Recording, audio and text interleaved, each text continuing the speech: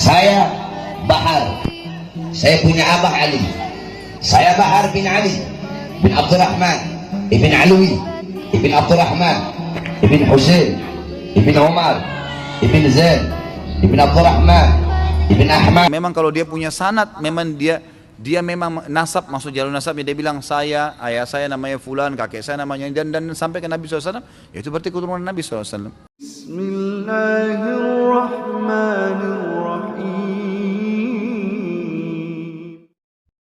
Bismillahirrahmanirrahim. Assalamualaikum warahmatullahi wabarakatuh. Alhamdulillah wassalatu wassalamu ala rasulillah. Allahumma sholli ala Muhammad wa ala ali Muhammad. Alhamdulillah kita bertemu kembali di channel Cahaya Hidayah. Nah teman-teman semuanya, jadi di video kali ini saya akan membahas tentang istilah Habib ya. Jadi lagi viral ya di media sosial, yaitu tentang perseteruan antara Habib Bahar yaitu dengan Kiai Imaduddin Utsman, yaitu tentang istilah Habib yang ada di Indonesia. Apakah benar Habib yang ada di Indonesia ini adalah keturunan Nabi Shallallahu Alaihi Wasallam? Kemudian Habib Bahar juga menjelaskan tentang Wali Songo adalah keturunan Nabi Shallallahu Alaihi Wasallam. Nah, oke teman-teman semuanya, jadi lebih jelasnya kita akan menampilkan video penjelasan dari Ustadz Dr. Khalid Basalamah MA Hafizullah Ta'ala, yaitu tentang Habib. Apakah benar Habib itu adalah keturunan Nabi Shallallahu Alaihi Wasallam dan Wali Songo? Nah, oke teman-teman semuanya, mari kita simak video tersebut. Apakah keturunan Rasulullah SAW terputus? Bila tidak, siapa dan di mana keturunan Rasulullah SAW, dan siapakah Wali Songo ada di Indonesia, dan siapa para Habib yang terdapat di Yaman atau Indonesia dan lain-lain? Keturunan Nabi SAW tidak terputus. Ada keturunan Nabi SAW, dan kita selalu membaca di dalam tahiyat kita kan, Allahumma salli ala Muhammadin wa ala ali Muhammad. Kata-kata wa ala ali Muhammad itu berarti keluarganya Nabi SAW, istri-istrinya, anak-anaknya, tidak terputus itu. Ada riwayat lain juga sanadnya hasan, diriwayatkan oleh Imam Ahmad, bunyinya Allahumma salli ala Muhammadin wa azwajihi wa dzurriyyatihi. Ya Allah, berikanlah salam dan salawat kepada Nabi SAW dan istri-istrinya juga keturunannya. Jadi keturunan Nabi tidak terputus, memang ada. Hadis tentang Imam Mahdi yang akan keluar di akhir zaman, kata Nabi SAW, akan keluar dari keturunanku, gitu kan? Begitu.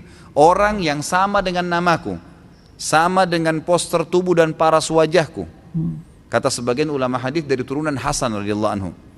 Sama mukanya Nabi, sama kulitnya, sama namanya Muhammad bin Abdullah, tapi tidak sama dengan akhlakku.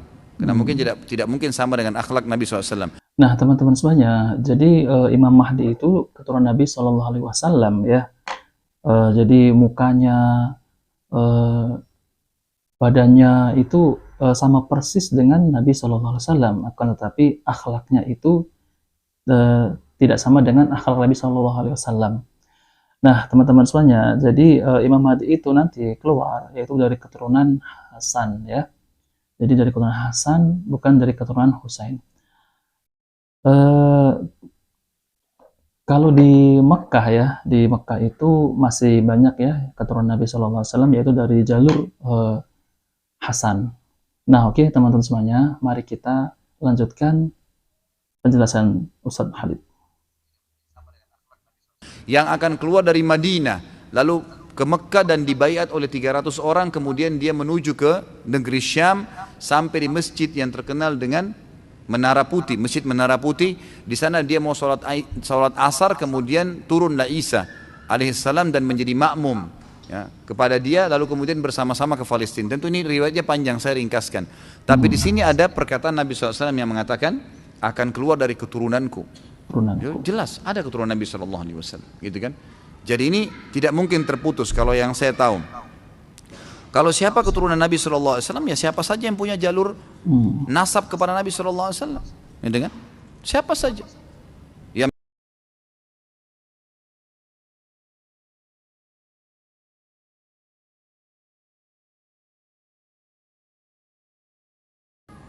berlaku itu. Dan saya tahu kalau di Indonesia ini atau hampir di seluruh dunia ya, yang biasa diberikan julukan dengan habaib atau dipanggil habib, itu memang mereka punya jalur keturunan yang langsung ke Nabi. Menurut bahasa yang saya tahu dari teman-teman ini, itu memang sudah ditulis, memang dijaga jalur nasabnya. Kalau memang betul ya berarti mereka keturunan Nabi SAW. Dan itu tidak dipungkiri. Ya, mau di Yaman, mau di Indonesia, mau dimanapun, karena memang Nabi SAW memastikan ada keturunannya. Ya, kan? Ada keturunannya. Nah, oke, teman-teman semuanya. Jadi penjelasan dari Ustaz Nur Khalid Basalamah itu ya. Jadi kalau ada orang yang mengaku keturunan Nabi SAW, kalau dia memiliki jalur nasab, ya maka kalau ada buktinya ya mereka adalah keturunan Nabi SAW ya. Nah, teman-teman semuanya, jadi keturunan Nabi SAW itu ada bermacam-macam ya. Yang kita lihat ya, seperti di media sosial itu ya, seperti Habib Kribu. Habib Kribu ini juga mengaku keturunan Nabi SAW. Kemudian Habib dari kalangan Syiah juga ya, yang ada di Iran ya, itu juga mengaku keturunan Nabi SAW. Dan kemudian Habib-Habib yang lain.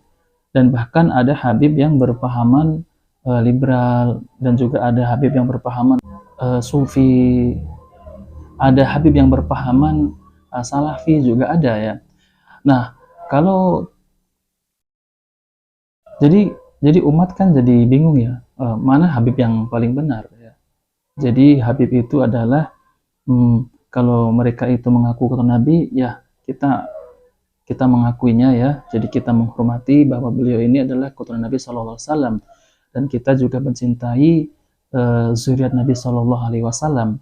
Akan tetapi kalau semisalnya ya ada Habib yang menyimpang dari jalan Al-Quran maupun As-Sunnah, maka kita harus mengikuti Habib yang lurus, yaitu yang berpahaman Al-Quran maupun As-Sunnah dan menjalankan sunnah-sunnah Nabi SAW, sebagaimana peninggalan kakek beliau,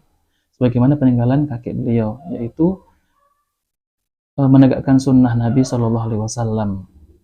Adapun kalau ada Habib ya yang menyimpang dari ajaran Nabi, maka kita tetap wajib untuk menghormati karena beliau adalah zuriat Nabi. Kita tidak boleh membenci habaib ya. Jadi kurang lebih seperti itu ya teman-teman ya. Nah teman-teman semuanya, jadi saya akan membahas tentang jikalau ada Habib ya yang mengaku Habib tapi dia berpahaman Syiah ya, ataupun Habib itu menyimpang, kita tetap menghormati zuriat Nabi SAW, tapi kita tidak wajib untuk mengikutinya ya. Jadi di sini saya akan bacakan ya, yaitu nasab tidak ada guna walau engkau keturunan Nabi. Siapa yang lamban amalnya, maka itu tidak bisa mengejar kedudukan mulia di sisi Allah walau ia memiliki nasab keturunan yang mulia. Nasabnya itu tidak bisa mengejar derajat mulia di sisi Allah, karena kedudukan mulia di sisi Allah adalah timbal balik dari amalan yang baik, bukan dari nasab. Sebagaimana yang telah Allah berfirman dalam ayatnya, yaitu artinya, apabila sangkakala ditiup, maka tidaklah ada lagi pertalian nasab di antara mereka pada hari itu, dan tidak ada pula mereka saling bertanya. Surat Al-Mu'minun 101. Kemudian Imam Nawawi rahimahullah berkata, siapa saja yang amalnya itu kurang, maka kedudukan mulianya tidak bisa menolong dirinya. Oleh karenanya, jangan terlalu berharap dari nasab atau silsilah keturunan dan keutamaan nenek moyang. Akhirnya sedikit dalam beramal. Syarah Sahih Muslim 1721.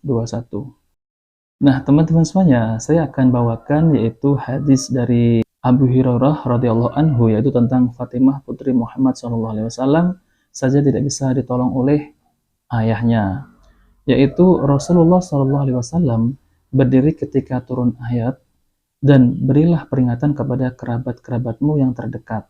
Surat Asy-Syura 214. Lalu beliau berkata, wahai orang Quraisy, atau kalimat semacam itu, selamatkanlah diri kalian, sesungguhnya aku tidak dapat menolong kalian sedikit pun dari Allah. Wahai Bani Abdi Manaf, sesungguhnya aku tidak dapat menolong kalian sedikit pun dari Allah. Wahai Abbas bin Abdul Muthalib, sesungguhnya aku tidak dapat menolongmu sedikit pun dari Allah. Wahai Sofiyah bibi Rasulullah SAW, sesungguhnya aku tidak dapat menolongmu sedikit pun dari Allah. Kemudian putri Nabi SAW ya, wahai Fatimah, putri Muhammad, mintalah kepadaku apa yang engkau mau dari hartaku. Sesungguhnya aku tidak dapat menolongmu sedikit pun dari Allah. Hadis ini diriwayatkan oleh Bukhari nomor 2753 dan Muslim nomor 206. Nah, teman-teman semuanya, jika Fatimah saja putri Nabi tidak bisa ditolong oleh ayahnya sendiri, bagaimanakah dengan keturunan Nabi di bawahnya? Apalagi jika cuma pengakuan saja sebagai keturunannya. Padahal ada sekedar ngaku. Namun kenyataannya dari keturunan Persia, bukan Quraisy, karena cuma sekedar bermodal hidung mancung dan tampang Arab. Nah, oke teman-teman semuanya, jadi di video kali ini semoga bermanfaat. Jika video ini bermanfaat, jangan lupa like dan subscribe di channel Cahaya Hidayah. Wabillahi taufiq wal hidayah. Wassalamualaikum warahmatullahi wabarakatuh.